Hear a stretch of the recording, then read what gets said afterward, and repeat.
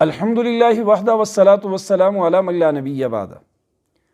اللہ پاک نے نبی پاک صلی اللہ علیہ وسلم کی محبت کو ایمان کا پیمانہ قرار دیا ہے۔ یعنی کسی بھی انسان اگر وہ اپنے ایمان کو پرکھنا چاہے تو وہ اپنی اور نبی علیہ الصلاۃ والسلام کے تعلقات کو پرکھے، اپنے دل میں اپنے نبی کریم علیہ الصلاۃ والسلام کی محبت کو جانچے، اسے خود پتہ چل جائے گا کہ وہ ایمان کے کس درجے پہ کھڑا ہے۔ حدیث پاک میں ہے کہ نبی پاک صلی اللہ علیہ وسلم نے فرمایا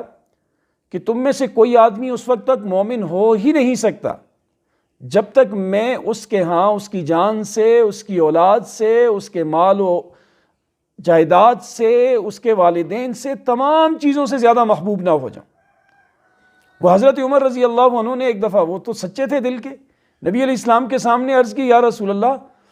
مجھے آپ سب سے زیادہ محبوب ہیں سوائے میری اپنی جان کے۔ تو نبی پاک صلی اللہ علیہ وسلم نے یہی ارشاد فرمایا کہ اس وقت تک تو کوئی بندہ کامل مومن ہی نہیں ہو سکتا جب تک میں اس کے ہاں اس کی جان سے زیادہ محبوب نہ ہو جاؤں۔ تو حضرت عمر نے وہی فیصلہ کیا اور اپنے دل کی حالت کو بدل ڈالا اور عرض کی، یا رسول اللہ اب آپ میرے ہاں میری جان سے زیادہ محبوب ہیں۔ تو نبی پاک صلی اللہ علیہ وسلم نے فرمایا، الآن یا عمر، اب ایمان مکمل ہوا یا اب بات ٹھیک ہوئی اے عمر۔ تو یہ واقعی حضور کی محبت یہ بہت بڑا سرمایہ ہے کسی بھی ایمان والے کے لیے، اور حضور کی محبت کی چنگاری یہ ہر مسلمان کے دل میں ضرور ہوتی ہے، چاہے وہ مسلمان گناہوں میں ڈوبا ہوا ہو، وہ مسلمان نشے کے اندر دھت پڑا ہوا ہو، وہ مسلمان نماز اور مسجد سے کوسوں دور ہو، وہ مسلمان اللہ اور اس کے نبی علیہ الصلاۃ والسلام کے فرامین احکامات سے ہزارہا کلومیٹر دور بیٹھا ہو، بالکل ایک نام کا مسلمان کیوں نہ ہو لیکن اس کے دل میں یہ محبت کی چنگاری موجود ہوتی ہے۔ ہمارے اردو ادب کی بہت مشہور شخصیت ہیں سعادت حسن منٹو صاحب، متنازع شخصیت رہے ہیں، کم عمری میں انہوں نے بڑے کمال کے افسانے لکھے اور ان کے افسانے پوری دنیا میں مشہور ہوئے، ان پر فتوے لگے، انہیں خارج اسلام کہا گیا، اسے اسلام دشمن کہا گیا،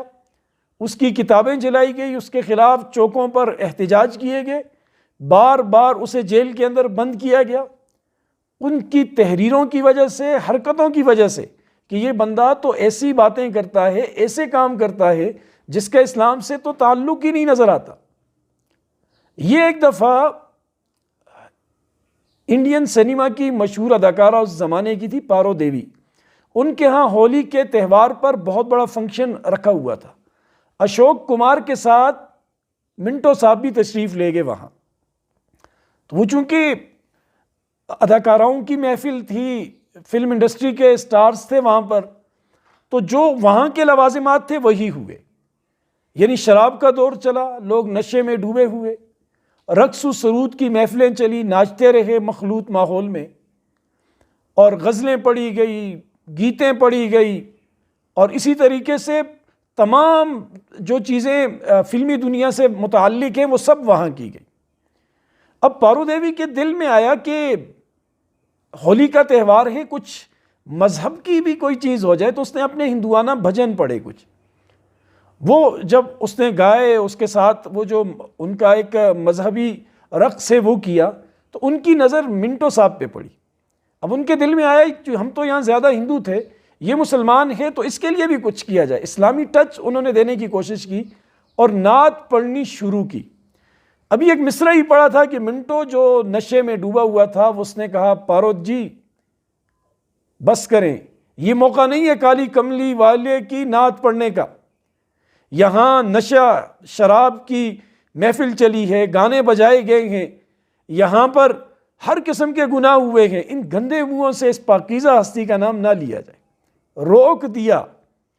میں نے جب یہ واقعہ پڑھا، یقین کرو دل کو ٹھنڈک سی محسوس ہوئی، اور ایک اپنے مسلمان ہونے پر، محمد صلی اللہ علیہ وسلم کے امتی ہونے پر بھی فخر ہوا کہ ہماری اس امت کا ہر فرد دل میں ایمان کے کیسے شرارے لیے بیٹھا ہے۔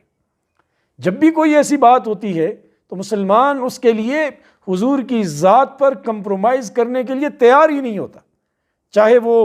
اس کی جان چلی جائے، اس کا مال چلا جائے۔ اور ہم دیکھتے ہیں حضور کے لیے جن لوگوں نے جانیں قربان کی وہ کوئی مذہبی قسم کے لوگ نہیں تھے، دنیا دار لوگ تھے اور جہاں سنا اور کھڑے ہو گئے، ڈٹ گئے، یا جان دے دی اور یا جان لے لی۔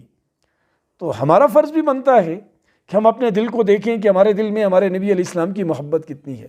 حضور پاک صلی اللہ علیہ وسلم کا احترام کتنا ہے۔ کم ہے تو محنت کریں، زیادہ ہے تو شکر کریں۔ یہی ایمان کی کسوٹی ہے، یہی ایمان کا پیمانہ ہے۔ اللہ پاک مرتے دم تک نبی پاک صلی اللہ علیہ وسلم کی محبت کاملہ نصیب فرمائے۔ وآخر دعوانا الحمدللہ رب